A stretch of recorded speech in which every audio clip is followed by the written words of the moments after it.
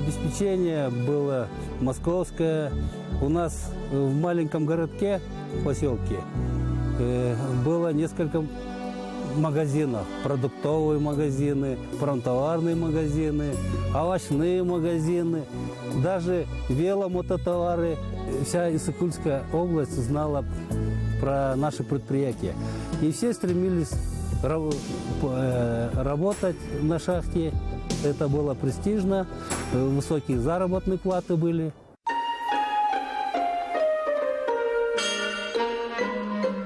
Село Джергалан находится на востоке страны, славится сосновыми лесами, горами до небес. И не только. В советские годы здесь на высоте почти 3 километров над уровнем моря добывали высококалорийный уголь. Однако после распада Советского Союза угледобывающая промышленность прекратила свое существование, а жизнь в селе остановилась. Наши люди начали бедствовать из-за того, что у них работы нету. Работы нет. Они начали спиваться. Мне обидно то, что поселок идет, разрушается, люди уезжают, профессия становится непрестижной. Я здесь родился, у меня здесь отец работал столько лет. Я пошел по стопам своего отца, и мне, чтобы не нарушить свое обещание перед своими родителями, я остался здесь как патриот своей страны. Я не хочу, чтобы поселок наш разрушался. Я хочу ее восстановить.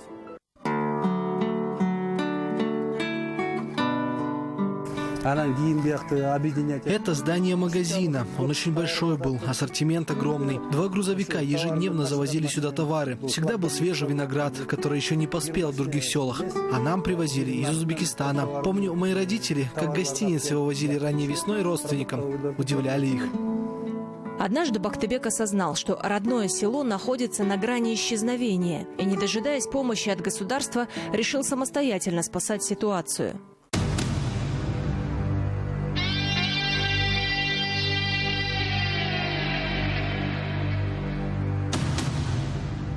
Это дорога, которую проложили мы сами. Это с 2000 года мы работаем. Своими силами мы построили линию электропередач 6 киловольт. Это высоковольтная линия, которая вся электрооборудование работает от этого. Вот здесь аккуратнее идите, смотрите внимательно под ноги.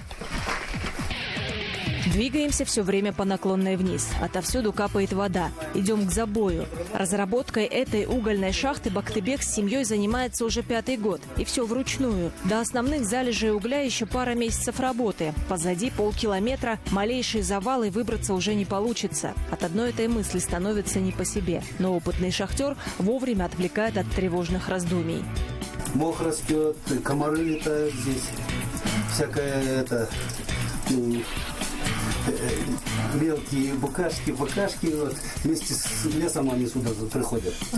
Лес, когда мы сюда доставляем, там они сидят и уже здесь живут. Грибочки. Грибочки растут уже. А что это за разновидность? Разновидность, наверное, гриб-тартарик, где в погребах растут. Еще пара увлекательных историй из жизни Бактыбека, и вот он, долгожданный свет фонариков.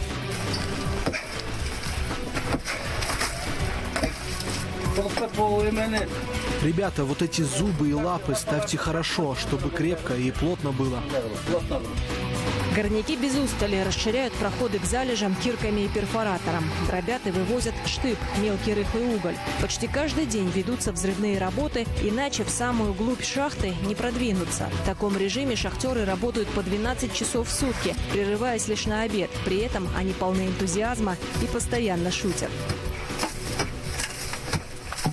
Есть парни, которые разговаривают, например, на русском плохо разговаривают. Например, был такой недавно случай. Один приходит, одному говорит: а что у нас там, двигатель трехфазка, что ли? Второй ему отвечает: нет, не трех, а терех, короче. А я говорю, не трех и не терех, а трехфазка. Например, такие шутки.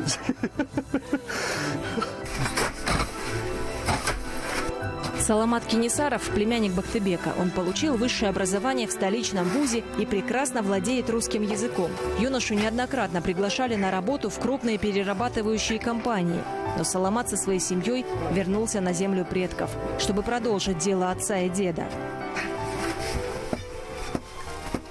В детстве было время, вот когда-то, тогда еще этой шахты не было. Мы как-то там были бункера, мы там подрабатывали.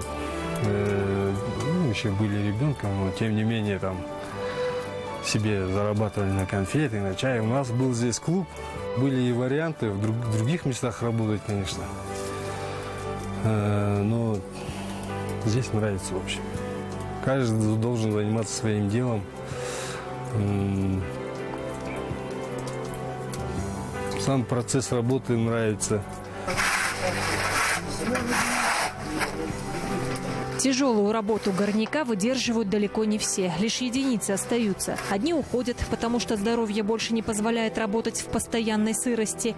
Другие просто не выдерживают колоссальных физических нагрузок. Да и сама профессия крайне опасна. В Кыргызстане ежегодно в угольных шахтах погибают до 5 человек. Саламат не раз вытаскивал коллег из завалов, а однажды сам чуть не угорел. Ну, этот газ, он неощутим, он не виден. Было время, когда мы заходили в печь, а этого газа хватает один раз вдохнуть, и все, уже человек уже намертво уходит. Вот упал, ребята вытащили, откачали. Мы продолжаем работать. Почему? Нравится. Шахта – это особо опасный объект. Мы должны быть очень осторожными, выполнять все требования и правила, свои знания передавать новичкам. Это любимая профессия. Мы даем тепло людям, предприятия работают. Это небольшое угольное месторождение кормит все село. Сегодня на угледобыче заняты 20 человек. Это далеко не предел. Бактыбек планирует расширить производство, но для этого необходимо модернизировать шахту. А найти инвесторов не так-то просто. Мы должны построить эту шахту, то есть пройти выработки, подземные горные выработки, построить промплощадки, склады, все условия для рабочих создать. И добывать угля по проекту. По проекту у нас 50 тысяч тонн в год должны добывать. У нас не хватает еще денежных средств на приобретение горно-шахтного оборудования. Как вы видели, у нас все старое и изношенное. Была встреча с президентом Атамбаевым, Алмазбеком Атамбаевым. Я ему преподнес письмо, которое... достоверно все там было указано. Он прочитал и пообещал, что поможет выбить кредит.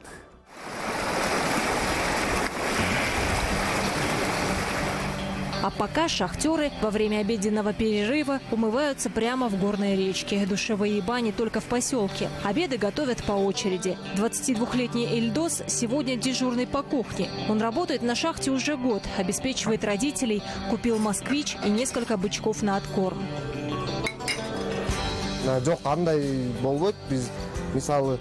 Многие мои родственники уехали из деревни. Здесь негде работать. Приглашают и меня. Крутят у виска, когда я говорю, что я нанялся шахтером. Но мне нравится работа для настоящих мужиков. Я еще не женат. Зарплата пока устраивает. И не брошу же я родителей.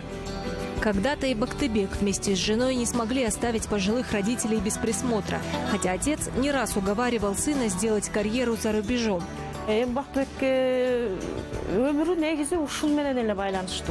Муж не ищет легкой жизни, но я полностью его поддерживаю. Село надо восстанавливать. Без производства здесь никак. Он днюет и ночует в этом месторождении. И в холод, и зной, но удовольствие доставляет, что у людей есть работа.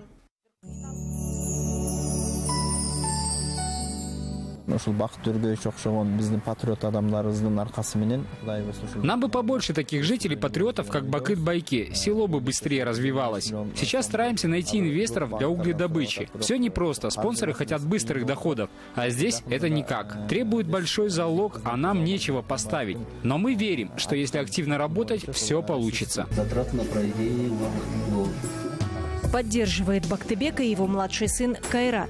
Несмотря на высшее образование, парень уже решил продолжить дело отца и деда.